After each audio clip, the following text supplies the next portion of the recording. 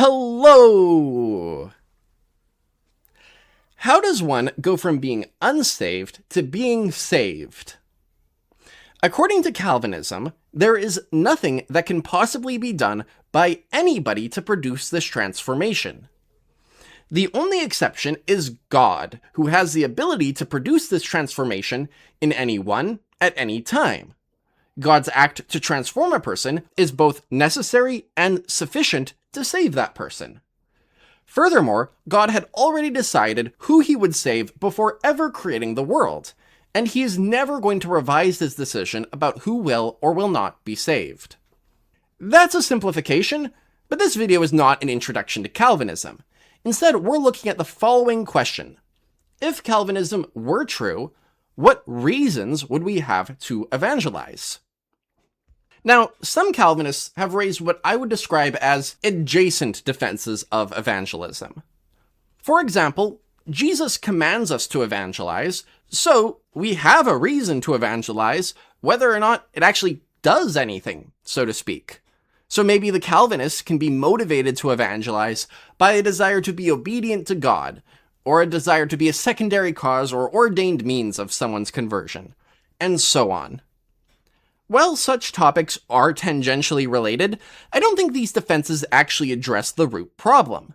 The question isn't, can Calvinists have some motivation to evangelize? They obviously can. But in this video, we're looking at a more precise question.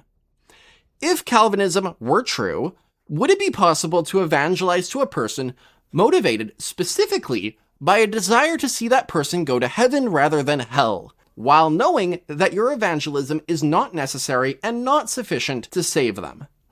It seems that this would not be possible. Let's call this the Evangelistic motivation objection.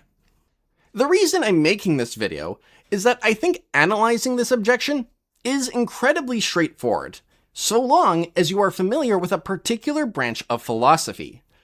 The debate between causal decision theory and evidential decision theory. For a while now, I've been working on scripting a lengthy explanation of this topic.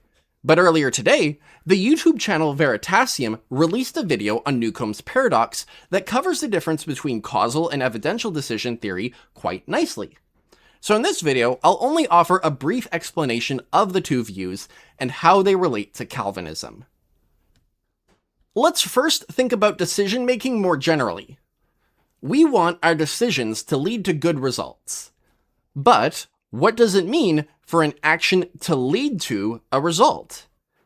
This sounds like a super pedantic question, but the precise definition can actually end up being important. There are two main views here. Causal decision theory says that an action leads to good results if you expect the action to cause good results to happen.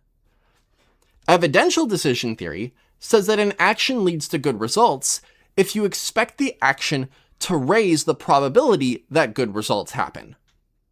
In most scenarios, these two views behave identically. If a child was drowning, a causal decision theorist would pull the child out of the water because that would cause the child to not drown. An evidential decision theorist would pull the child out of the water because that increases the probability of the child not drowning. But these views do sometimes differ, and Calvinist evangelism is one such scenario. It turns out that the evangelistic motivation objection implicitly relies on causal decision theory. The foundational premise is that according to Calvinists, evangelism has no causal ramifications that are necessary or sufficient for an individual's salvation. If I had a list telling me who would or wouldn't ever go to heaven, no action of mine would ever cause the list to change. So yes, a causal decision theorist would never try to evangelize the unsaved on the basis of that act affecting that person's eternal soul. But what about evidential decision theory? Well, here's the thing. For whatever reason, people who are evangelized to generally end up converting more often. This is just an empirically verified fact. So even if evangelism doesn't cause conversions, it is more probable that an individual will convert if they are evangelized to. Thus, an evidential decision theorist would try to evangelize to the unsaved because they want to maximize the probability that that person goes to heaven. To put it another way, Calvinists say that God ordains both the means and the ends of conversion. Well, if we live in a world where he ordains a bunch of means, that's evidence we live in a world where he ordained a bunch of ends.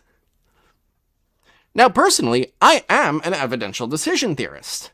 But I should note that amongst philosophers, I'm actually in the minority, especially amongst those who specialize in decision theory. Which I honestly can't wrap my head around, because two-boxing in Newcomb's paradox seems so crazy to me. Oh wait, we're discussing philosophy. I'm supposed to say, that conclusion strikes me as deeply counterintuitive. But whether evidential or causal decision theory ends up being true, we get a very important piece of information about Calvinism. If causal decision theory is true, then Calvinism is probably false, because the evangelistic motivation objection would be successful. But if evidential decision theory is true, then there is no difference between the approach a Calvinist and a non-Calvinist should take to evangelism, even in their attitudes. For example, I've heard that Calvinism doesn't place infinite weight on the decisions of humans. But if evidential decision theory is correct, then this doesn't follow. Some actions available to you will be infinitely better than others because they will raise the probability that we live in a world where an additional person goes to heaven, which is an infinitely good thing. So there wouldn't be any difference between a Calvinist and a non-Calvinist, externally or internally, when it comes to evangelism. So the big takeaway is either Calvinism is false, or it's decision theoretically indistinguishable from non-Calvinism. Anyways, I hope this video clarified the evangelistic motivation objection and helped promote theological development. If you are a Calvinist and you disagree with my conclusion, I'd love to hear your objections. My only request is being specific about which part of my argument your objection targets. But that's the end of this video. Thanks for watching. Remember, Christ died for our sins and rose again. Goodbye.